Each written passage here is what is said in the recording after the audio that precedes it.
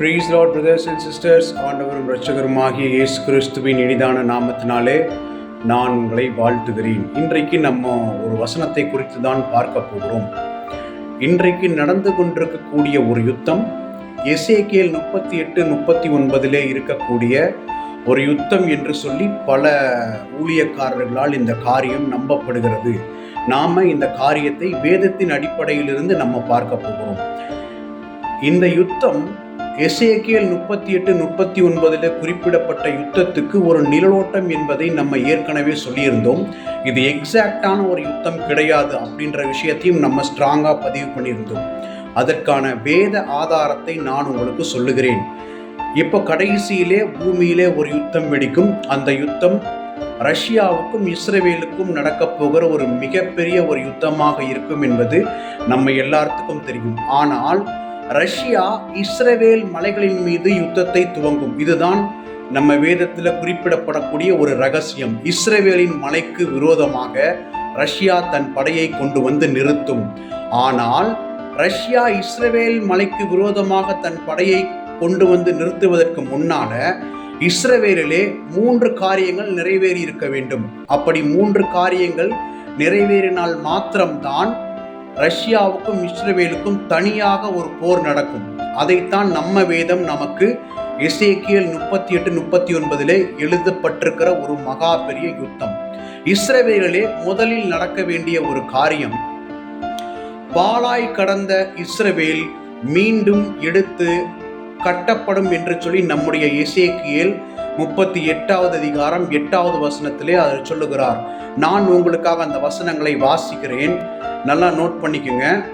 பட்டயத்துக்கு நீங்களாகி பற்பல ஜனங்களிலிருந்து சேர்த்து கொள்ளப்பட்டு வந்தவர்களின் தேசத்தில் கடைசி காலங்களிலே நீ வருவாய்.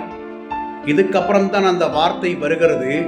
நெடுநாள் பாழாய் கிடந்து பிற்பாது ஜாதிகளில் இருந்து கொண்டு வரப்பட்டவர்கள் எல்லாரும் சுகத்தோடே குடியிருக்கும் இஸ்ரவேலின் மலைகளுக்கு விரோதமாக நீ வருவாய் என்று ரஷ்யாவை குறித்து கர்த்தர் சொல்லுகிற ஒரு காரியம். அப்போ இந்த இடத்துல நீங்க நோட் பண்ணக்கூடிய ஒரு விஷயம், இது டைரக்டா இஸ்ரவேலுக்கும் ரஷ்யாவுக்கும் நடக்கிற ஒரு மிகப்பெரிய யுத்தமாக இருக்கும். ஆனால் இந்த யுத்தத்தை ரஷ்யா நடத்துவதற்கு முன்னாடி இஸ்ரவேலிலே 2 காரியங்கள் நடந்திருக்க வேண்டும். முதலாவதாக, பாழாய் கிடந்த இஸ்ரவேல் திரும்ப எடுத்து கட்டப்பட்டிருக்க வேண்டும். 2வதாக, இஸ்ரவேல் சுகத்தோடு குடியிருக்க வேண்டும். இந்த 2 கண்டிஷனும், இந்த 2 முடிவும் இன்றைக்கு இஸ்ரவேல் சந்திக்காத ஒரு நாட்களுக்குள்ள இருக்கிறது. 1948ஆம் ஆண்டு இஸ்ரவேல் அபிஷியலாக ஒரு நாடாக ஐக்கிய நாடுகள் சபையானது அங்கீகரித்துள்ளது. அந்த நாளிலிருந்து இன்று வரைக்கும் இஸ்ரவேல் யுத்தத்தை சந்தித்து கொண்டுதான் இருக்கிறது. 2வதாக காரியம், இஸ்ரவேல் சுகத்தோடே குடியிருக்கும் என்று இந்த வசனம் சொல்லுகிறது. ஆனால் 1948 முதல் இஸ்ரவேலில் சுகமும் இல்லை, சமாதானமும் இல்லை.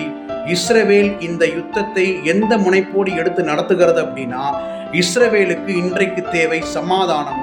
இது சமாதானத்துக்கான யுத்தம் தானே தவிர இது எசேக்கியேல் 38-39 எழுதப்பட்டிருக்கக்கூடிய எக்ஸாக்ட் வார் இது கிடையாது. ஆனால் நன்றாக புரிந்து கொள்ளுங்கள், இந்த வாரிலே, அதாவது எசேக்கியேல் 38-39 குறிப்பிடக்கூடிய இந்த போரிலே யாரெல்லாம் இஸ்ரவேலோடு கைகோர்க்க வேண்டுமோ அவர்கள் எல்லாரும் இன்னைக்கு அமெரிக்கா தேசத்தோடு கைகோர்த்துள்ளார்கள் என்பது நிதர்சனமான உண்மை. அதே போல ரஷ்யாவோடு எந்தெந்த நாடெல்லாம் கூட்டு சேர வேண்டுமோ அவர்கள் எல்லாரும் இன்னைக்கு ஈரானோட கூட்டு சேர்ந்திருக்கிறார்கள் என்று நம்ம எல்லாத்துக்கும் தெரியும். இனி இந்த யுத்தமே இஸ்ரவேலுக்கு எதிராக திரும்புகிறதோ, இல்லை இன்னொரு புதிய யுத்தம் இஸ்ரவேலுக்கு எதிராக முளைத்து எழும்புகிறதோ, அதெல்லாம் நம்முடைய வேதத்திலே ரகசியமாக வைக்கப்பட்டிருக்கிறது. நம்முடைய கண்களுக்கு சில காரியங்கள் மறைக்கப்பட்டிருக்கிறது. ஆனாலும் கிறிஸ்தவர்களாகிய நம்ம என்ன பண்ணணும் அப்படின்னா, எருசலேமின் சமாதானத்துக்காக வேண்டிக் கொள்ளணும்.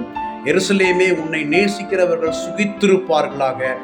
ஏன்னு சொல்ல போனா, இன்னைக்கு எருசலேம் எதிர்த்து நிற்கக்கூடிய ஒரு மகா பெரிய சேனை, எந்த சேனை அப்படின்னா, ஆதியாகமம் 3:15 குறிப்பிடப்பட்டிருக்கக்கூடிய சர்ப்பத்தின் வித்து என்று சொல்லி இந்த தியானத்தை நம்ம முடிக்க போகிறோம். மேலும் பல ரகசியங்களை அறிந்து கொள்ள எங்களோடு இணைந்திருங்கள். கர்த்தர் நம்மை ஆசிர்வதிப்பாராக. ஆமேன்.